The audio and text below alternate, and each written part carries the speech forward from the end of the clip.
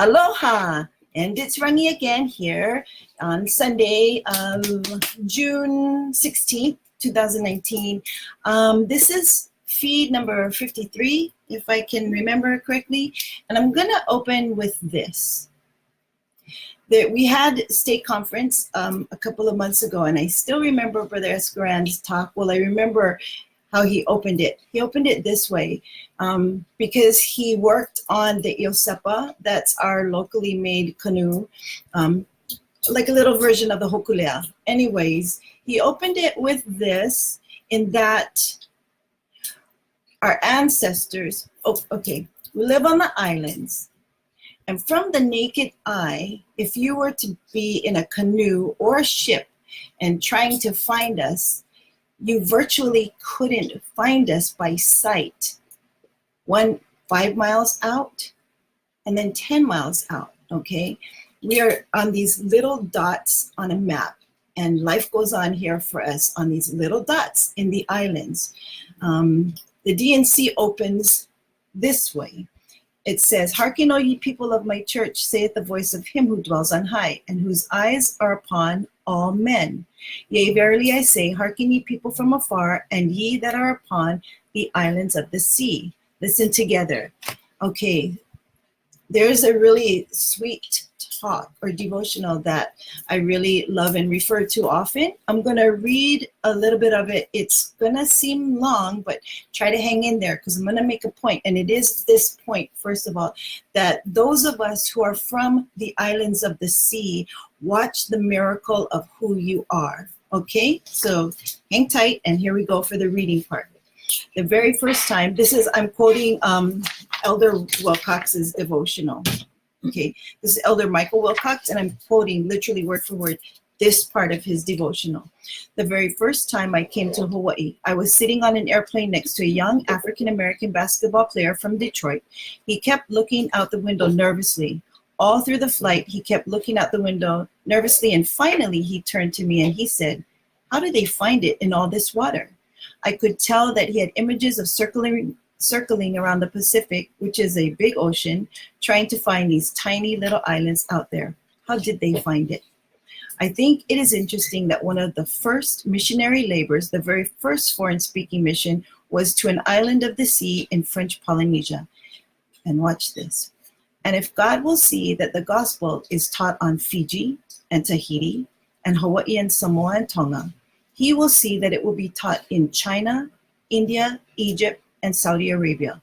If there is a temple on Tahiti, Hawaii, Samoa, Tonga, and New Zealand, all the islands of the sea, places that many people wouldn't even be able to find on a map, if God is going to put a temple on all those tiny little dots of land in behalf of the people that live there, it is his assurance, his testimony to all of us, that he will put a temple in Beijing, Cairo, New Delhi, Jakarta, and Moscow.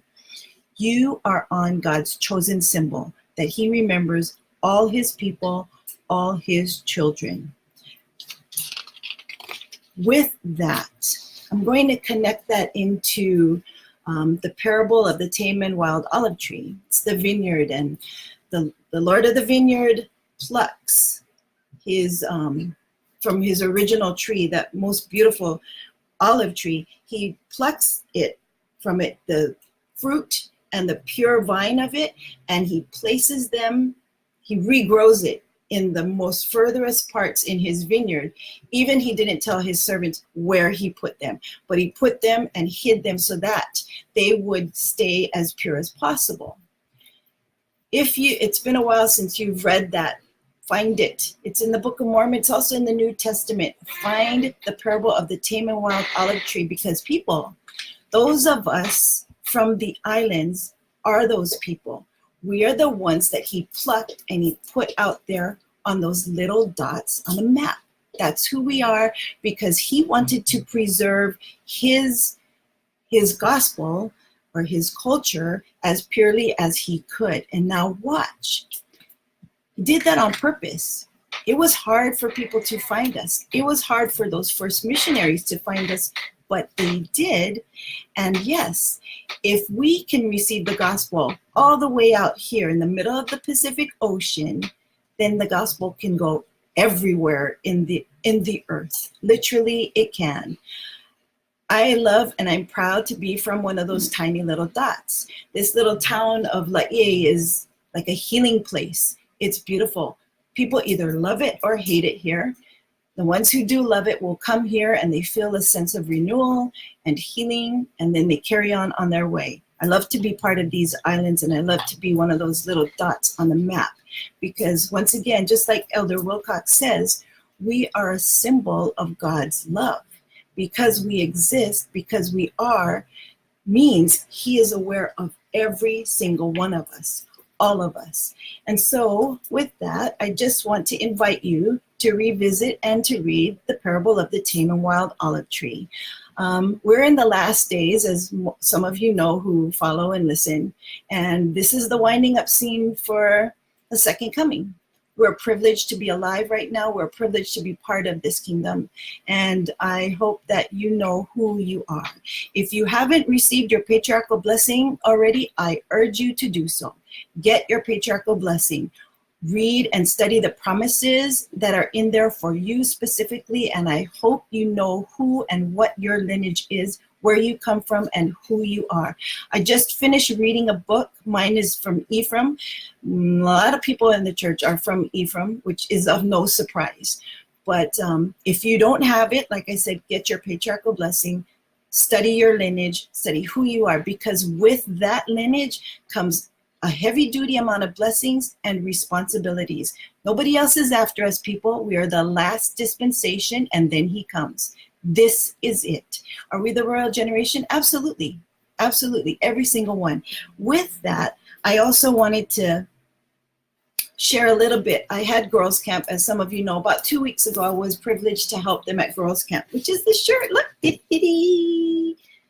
this is our girls camp t-shirt.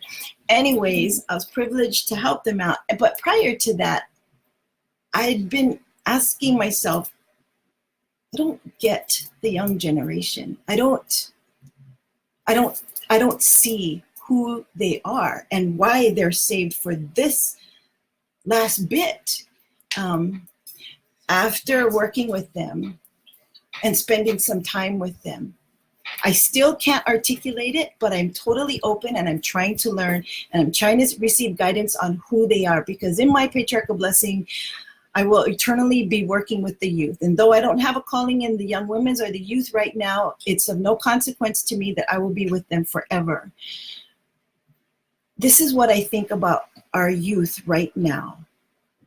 I think they are God's soldiers and warriors for agency and love. And like I said, though I can't articulate it, there's a strong sense in me that says they were in the pre-existence making sure that agency was protected and that things were done because of love. And like I said, I don't know how to connect that. I just know that this youth is from there. That's where they're valiant. They're valiant in loving and honoring that agency and that love. And I hope they remember who they are. Okay, people, so that is it. That's my feed for tonight, feed number 53. I'm not sure what I'm going to call it, but it's feed number 53. And I'm going to do a commercial after this. And you might want to stick around and watch that, because some of you who are from here are going to laugh, I believe, chuckle, because I've got a few participants waiting in the wings right over there to participate in this. I love you all and hope you have a good Sabbath night.